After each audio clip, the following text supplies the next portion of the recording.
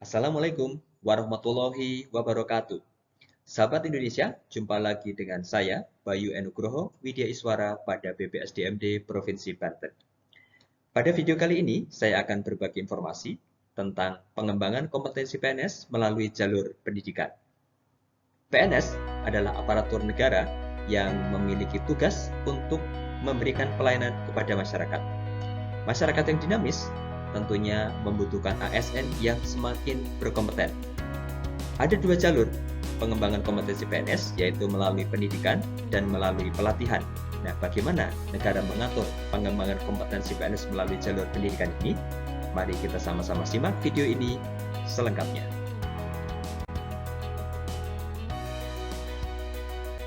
Pengembangan kompetensi PNS melalui jalur pendidikan merupakan hak setiap PNS sebagaimana diatur di dalam Undang-Undang Nomor 5 Tahun 2014 tentang Aparatur Sipil Negara.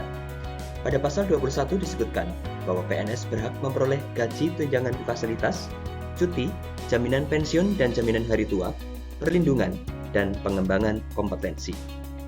Pengembangan kompetensi bisa ditempuh melalui dua jalur, yaitu yang pertama melalui pendidikan, yang diimplementasikan ke dalam tugas belajar, dan kemudian melalui jalur pelatihan. Sahabat Indonesia, perlu diketahui bahwa diskusi kita kali ini berlandaskan kepada Surat Edaran Menteri Pendayagunaan Aparatur Negara dan Reformasi Birokrasi Nomor 28 Tahun 2021 tentang pengembangan kompetensi bagi PNS melalui jalur pendidikan. Jadi apabila dalam video ini ada hal-hal yang masih perlu sahabat Indonesia dalami, sahabat Indonesia bisa mempelajari lebih lanjut di dalam surat edaran Menpan tersebut. Berikut ini kita akan membahas persyaratan dan penetapan tugas belajar. Yang pertama, memiliki masa kerja paling singkat 1 tahun sejak diangkat sebagai PNS. Kedua, memiliki sisa masa kerja pegawai dengan mempertimbangkan masa pendidikan dan masa ikatan dinas, dengan ketentuan paling kurang 3 kali waktu normatif program studi sebelum batas usia pensiun jabatan untuk tugas belajar yang diberhentikan dari jabatan, atau 2 kali waktu normatif program studi sebelum batas usia pensiun jabatan untuk tugas belajar yang tidak diberhentikan dari jabatan. Ketiga, memiliki penilaian kinerja dalam 2 tahun terakhir paling rendah dengan predikat baik. Kemudian yang keempat, sehat jasmani dan rohani. Persyaratan berikutnya dari PNS yang akan melaksanakan tugas belajar: tidak pernah 1. Dijatuhi hukuman disiplin paling kurang tingkat sedang dalam 1 tahun terakhir. 2. Dijatuhi pidana penjara atau kurungan berdasarkan putusan pengadilan yang berkekuatan hukum tetap dalam 1 tahun terakhir. Atau 3. Dibatalkan atau dihentikan tugas belajarnya sesuai dengan ketentuan peraturan perundang-undangan dalam 2 tahun terakhir. PNS yang akan melaksanakan tugas belajar juga tidak sedang 1. Dalam pemeriksaan pelanggaran disiplin dan atau tindak pidana. 2. Menjalani pidana penjara atau kurungan dan atau hukuman disiplin sedang atau hukuman disiplin berat. Atau 3. Menjalani cuti di luar tanggungan negara dan atau menjalani pemberhentian sementara sebagai PNS. Jangka waktu tugas belajar diatur sebagai berikut. Tugas belajar diselenggarakan untuk jangka waktu tertentu sesuai dengan batas waktu normatif program studi yang berlaku pada masing-masing perguruan tinggi. Kemudian perlu diketahui juga oleh sahabat Indonesia bahwa jangka waktu tugas belajar diperhitungkan sebagai masa kerja pegawai negeri sipil. Sahabat Indonesia, karena sesuatu dan lain hal, dimungkinkan bahwa seorang PNS tidak bisa menyelesaikan tugas belajarnya tepat waktu. Oleh karena itu, negara mengatur perpanjangan jangka waktu tugas belajar sebagai berikut. Jangka waktu tugas belajar dapat diperpanjang paling banyak 2 semester atau 1 tahun. Perpanjangan jangka waktu tugas belajar diberikan berdasarkan kriteria: 1. Perubahan kondisi sistem studi atau perkuliahan. 2. Keterlambatan penerimaan dana biaya tugas belajar. Dan atau ketiga, penyelesaian tugas akhir membutuhkan tambahan waktu karena terdapat situasi dan kondisi di luar kemampuan PNS yang sedang menjalani tugas belajar. Perpanjangan jangka waktu tugas belajar ditetapkan oleh pejabat pembina kepegawaian dan diperhitungkan sebagai keseluruhan jangka waktu tugas belajar. Dalam hal PNS tidak dapat menyelesaikan tugas belajar setelah diberikan perpanjangan, maka pejabat pembina kepegawaian mencabut status tugas belajar PNS yang bersangkutan. Tugas belajar berkelanjutan. PNS dapat melaksanakan tugas belajar berkelanjutan secara berturut-turut untuk paling banyak 1 kali jenjang pendidikan di atasnya, setelah memenuhi persyaratan sebagai berikut. 1. Mendapat persetujuan pejabat pembina kepegawaian. 2. Prestasi pendidikan berpredikat paling rendah cum laude atau setara. 3. Tidak pernah menjalani perpanjangan jangka waktu tugas belajar. Dan keempat, mempertimbangkan sisa masa kerja setelah menyelesaikan tugas belajar. Sebagai contoh, PNS yang sedang melaksanakan tugas belajar S2, kemudian yang bersangkutan berhasil menyelesaikan pendidikan tersebut dengan predikat cum laude atau setara, maka yang bersangkutan bisa dipertimbangkan apabila mendapatkan persetujuan pejabat pembina kepegawaian langsung melanjutkan pendidikan lagi ke jenjang S3. Nah, ini satu kesempatan yang sangat baik tentunya bagi para PNS yang berprestasi.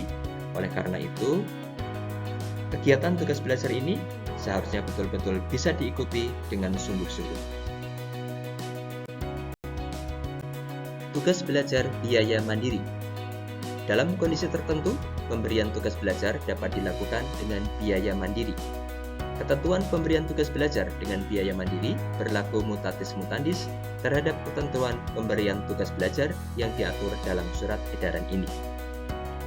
Pemberian tugas belajar dengan biaya mandiri ini dulu kita kenal sebagai izin belajar. Jadi PNS melanjutkan pendidikan ke jenjang yang lebih tinggi dengan biaya mandiri, tidak menggantungkan kepada APBN maupun APBD. Nah, dalam konteks Permenpan nomor 28 tahun 2021 tidak ada lagi istilah izin belajar, namun yang ada adalah pemberian tugas belajar yang dilakukan dengan biaya mandiri. Kedudukan PNS tugas belajar. PNS yang menjalani tugas belajar untuk jangka waktu lebih dari 6 bulan diberhentikan dari jabatan. PNS selama menjalani tugas belajar berkedudukan pada unit kerja yang melaksanakan fungsi di bidang kepegawaian sampai dengan masa tugas belajar berakhir. Kewajiban PNS tugas belajar. PNS yang telah selesai menjalani tugas belajar wajib melapor kepada pejabat pembina kepegawaian paling lama 15 hari kerja sejak berakhirnya masa tugas belajar. PNS yang telah selesai menjalani tugas belajar wajib melaksanakan ikatan dinas selama yang pertama 2 kali masa pelaksanaan tugas belajar bagi PNS yang menjalani tugas belajar yang diberhentikan dari jabatannya. Kemudian yang kedua, 1 kali masa pelaksanaan tugas belajar bagi PNS yang menjalani tugas belajar yang tidak diberhentikan dari jabatannya. Kemudian yang ketiga, 1 kali masa pelaksanaan tugas belajar bagi PNS yang menjalani tugas belajar biaya mandiri yang diberhentikan dari jabatannya.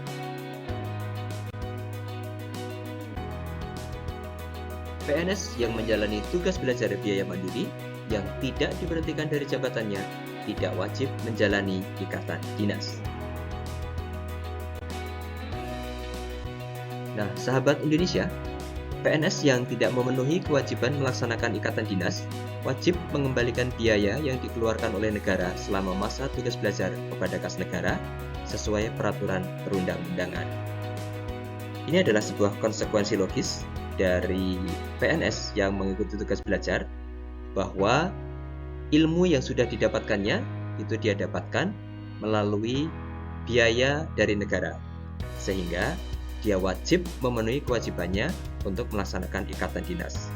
Apabila tidak, maka dia punya kewajiban untuk mengembalikan biaya tersebut sebagai konsekuensi atas ketidaktaatannya kepada peraturan perundang-undangan yang berlaku. Penghentian tugas belajar.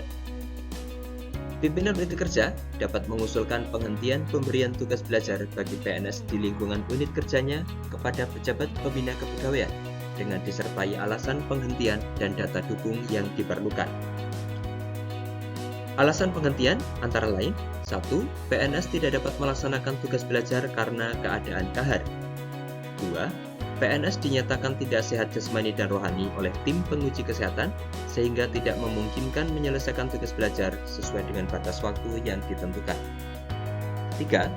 PNS dinyatakan tidak mampu menyelesaikan tugas belajar berdasarkan hasil evaluasi perguruan tinggi penyelenggara tugas belajar. 4. PNS tidak melaporkan perkembangan pelaksanaan tugas belajarnya dan telah diberi peringatan tertulis oleh instansinya. Kemudian yang kelima, PNS terbukti melakukan tindakan melawan hukum dan atau alasan lain yang ditetapkan oleh pejabat pembina kepegawaian. PNS yang tidak dapat menyelesaikan tugas belajar sesuai jangka waktu wajib mengembalikan biaya yang dikeluarkan oleh negara selama masa tugas belajar kepada kas negara sesuai ketentuan peraturan perundang-undangan. Nah, sahabat Indonesia, demikian beberapa informasi yang dapat kami sampaikan terkait dengan pengembangan kompetensi PNS melalui jalur pendidikan, yaitu melalui tugas belajar. Ada hak, ada kewajiban. Mudah-mudahan informasi ini bermanfaat. Sampaikan komentar Anda agar kita dapat berdiskusi lebih lanjut. Orang-orang yang berhenti belajar akan menjadi pemilik masa lalu. Orang-orang yang masih terus belajar akan menjadi pemilik masa depan. Terima kasih atas perhatiannya. Wabillahi taufik wal hidayah. Wassalamualaikum warahmatullahi wabarakatuh.